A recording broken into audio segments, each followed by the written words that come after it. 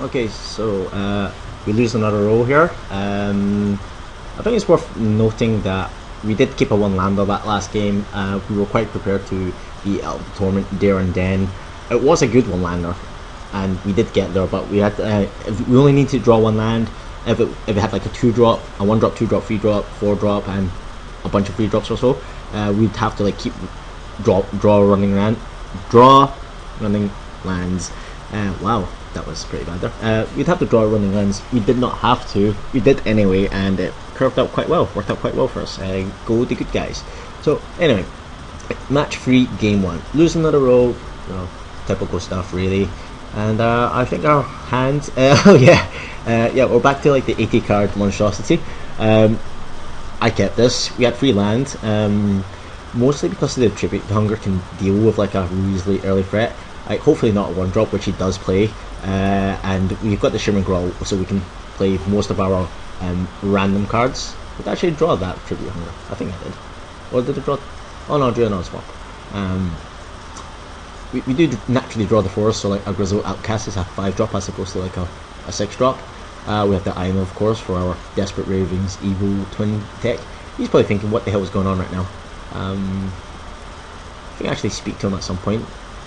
Yeah, there we go. So, happened to be in final.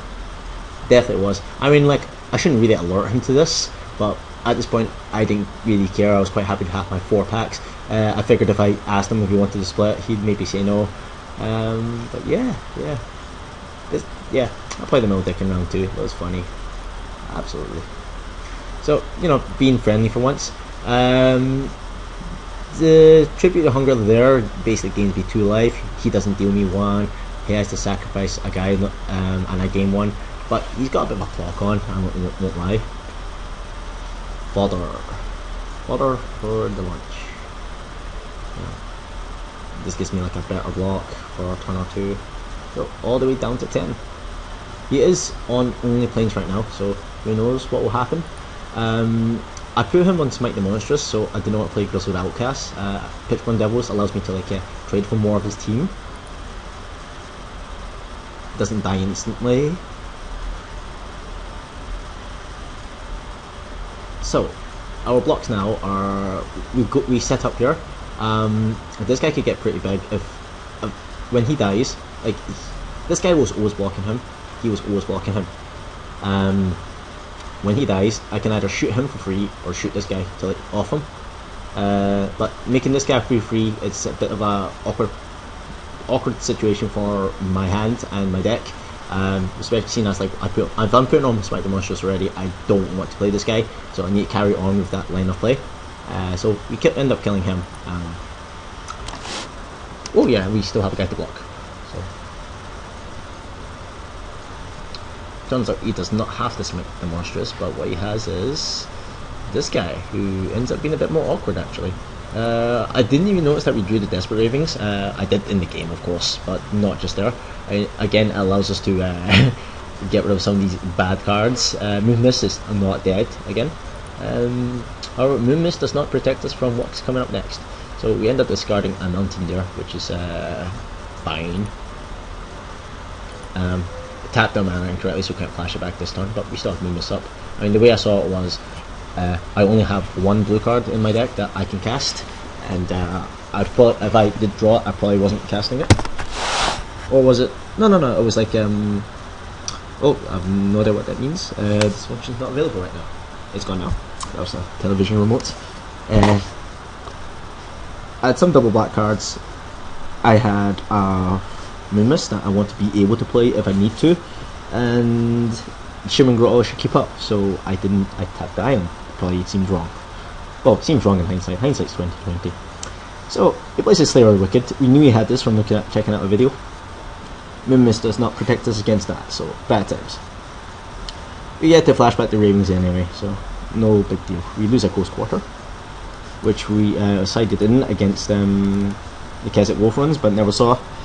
Our pick one was actually a Pitchburn's Devils. It was reasonably unstrong, not unreasonably weak, I think it is. That was a weak pack. All the good cards were green. There was a Prey Upon, a werewolf of some sort that wasn't any of the rares, and a Merlin Hunt. There was only one red card, and I've been enjoying black red recently, so we managed to do it and stick in, and I reckon we got the best deck. So what happens here? We draw High Priest, and we can actually try to maybe do something with these guys. He's not got many good blocks. I mean, we have Moon Mist up as well, so I mean, although like our life total is not irrelevant here. So we cast a Prevention Shield. I could have maybe blocked there, taken 1, 2, 3, 4, plus the drain damage, 5, gone to 2. It's quite awkward actually. So we Fog for the turn, and Burning Vengeance is not irrelevant because we have a flashback card. We've used our Desperate Ravings, which was upsetting, but you know, thinking about this turn, this guy will block him, these guys will possibly trade, or these guys will trade, these guys will trade. He's definitely awkward. I mean, he's got real text where he's saved me a bunch of damage, but still. There's the argument that we should main phase this now, so that we can flash it back for cheaper next turn, like saving us 4 mana, so we have 1, 2, 3, 4 up for whatever we draw next turn. But I want to be able to trade for something with him, and so I ended up passing. Let's see how this plays out for us. He's not got many cards left either. Irrelevant card at this point in time. Mistake de Maker. So I block here and I block here. This way I keep my one-eye Scarecrow, and I can pump so to trade these guys. I should not block with this guy. So then I would take 1 damage plus 3, 4 damage plus 1 drain. So that's 5 damage. I'd be at 2 damage. I would keep all my guys, and all of a sudden I could activate for Morbid. Make myself a 5/5 next turn. Nightbird's Clutches. This costs 2 mana plus flashback of 4. That's total of 6. The Shaman Grotto means I need to tap extra 1, 7. I have 7 land in play, 8 land actually. I can kill the Noble. That puts me down to 1 damage, and he would have a Slayer of the Wicked and an Unruly Mob. His Unruly Mob would be a 3/3. I would have 1 Scarecrow, High Priest, a Ridge, and a 5/5. And potentially more 5. Actually, I probably have 2 5/5s, because then after shooting his Noble, I would make another 5/5. Which then puts him on like a 2-turn clock, 1-turn clock, I don't know. But instead, I ended up trading, so I lost my guy. I would be on 1 damage, that's not a lot. Particularly because like you get to see his next play as well, which is pretty sick.